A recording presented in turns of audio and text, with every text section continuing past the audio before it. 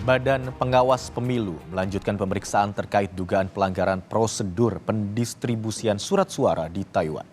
Panitia pemilihan luar negeri di Taipei mengirimkan puluhan ribu surat suara ke pemilih lebih cepat dari jadwal yang ditentukan, yakni 2 hingga 11 Januari 2024. Ketua Bawaslu Rahmat Bagja akan mendalami alasan panitia pemilihan luar negeri di Taipei yang mengirimkan surat suara lebih awal dari jadwal.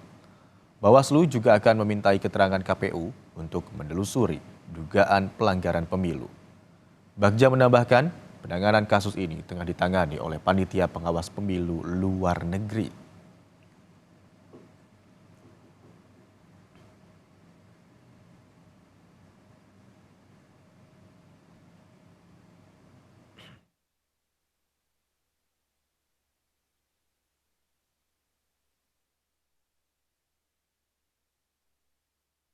Pengiriman surat suara oleh PPLN Taipei kepada pemilih di Taipei untuk pemungutan suara dengan metode pos pada tanggal 18 Desember tahun 2023 dan 25 Desember 2023 diduga melanggar prosedur bahwa pengiriman surat suara kepada pemilih baru akan berlangsung pada tanggal 2 sampai 11 Januari 2024. Jadi dengan demikian terdapat dugaan pelanggaran administrasi pemilu yang dilakukan oleh KPPSLN, POS, dan atau PPLN Taipei.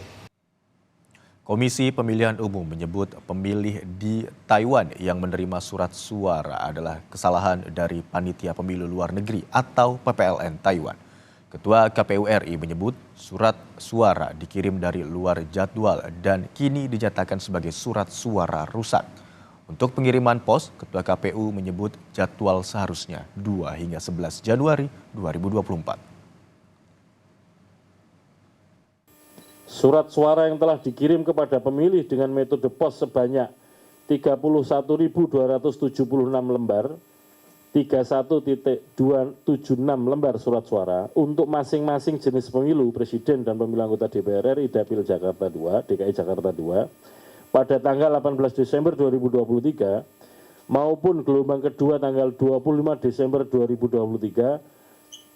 Kami nyatakan surat suara tersebut masuk kategori surat suara rusak dan tidak diperhitungkan dalam pencatatan penggunaan surat suara dalam formulir model C hasil LN pos, C titik hasil LN strip pos.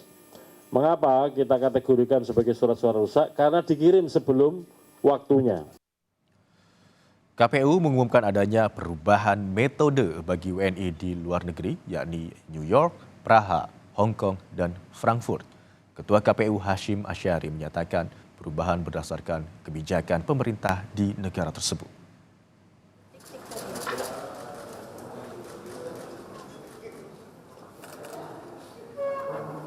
Ada 3 metode memilih di luar negeri, yakni tempat pemungutan suara luar negeri atau TPS LN, kotak suara keliling, dan pengiriman via pos.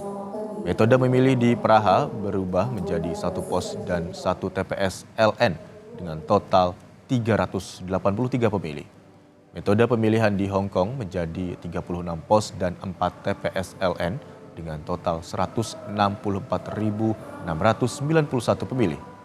Di Amerika Serikat, metode pemilihan menjadi 5 TPS LN, 5 KSA, dan 5 pos dengan total 11.141 pemilih. Sedangkan di Frankfurt menjadi 5 pos dan 5 TPS LN dengan jumlah pemilih sebanyak 11.437 orang.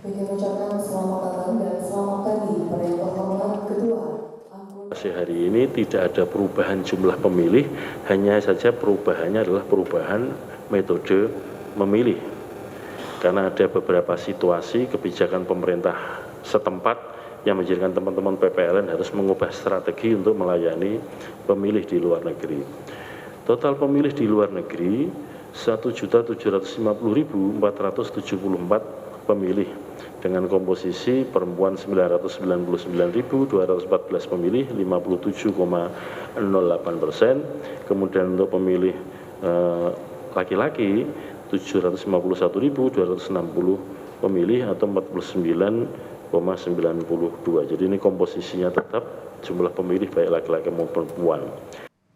Dalam debat Pilpres selanjutnya, KPU tidak akan melarang penggunaan singkatan asing.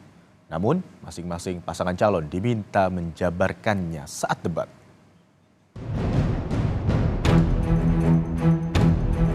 Menaikkan peringkat Indonesia di SGIE. Terima kasih. SGIE. Terus terang SGIE saya nggak paham. SGIE itu apa? Ya mohon maaf kalau pertanyaannya agak sulit ya Gus. Polemik penggunaan istilah sulit saat debat Cawapres Jumat lalu masih jadi perbincangan. Dalam debat Cawapres, Gibran menanyakan kebijakan terkait carbon capture and storage kepada Cawapres nomor urut 3, Mahfud MD, serta regulasi soal State of the Global Islamic Economy atau SGIE kepada Cawapres nomor urut 1, Muhaimin Iskandar. Soal penggunaan singkatan asing, KPU tidak melarang, namun meminta tim dari masing-masing paslon agar capres dan cawapresnya menjabarkan saat debat. Jika terlewat, maka moderator akan berperan meminta peserta debat menjelaskan tanpa mengurangi waktu peserta debat. Jadi antisipasinya gini, dua hal kan layernya. Yang pertama itu tentu mau tidak mau tugasnya LU dari paslon untuk briefing kepada capres ataupun cawapres pada saat pelaksanaan debat agar singkatan itu bisa dipanjangkan. Nah, kalau misalnya itu terjadi, tetap pada akhirnya ruang geraknya kita sepakati moderator akan ambil peran itu tanpa kemudian mengurangi waktu dari capres ataupun cawapres pada saat debat itu dilakukan. Masih ada 3 sesi debat Capres-Cawapres yang akan digelar Komisi Pemilihan Umum. Semoga saja perdebatan yang akan muncul tidak hanya sekedar mengejar sensasi, melainkan perdebatan yang syarat dengan substansi. Tim Liputan Kompas TV.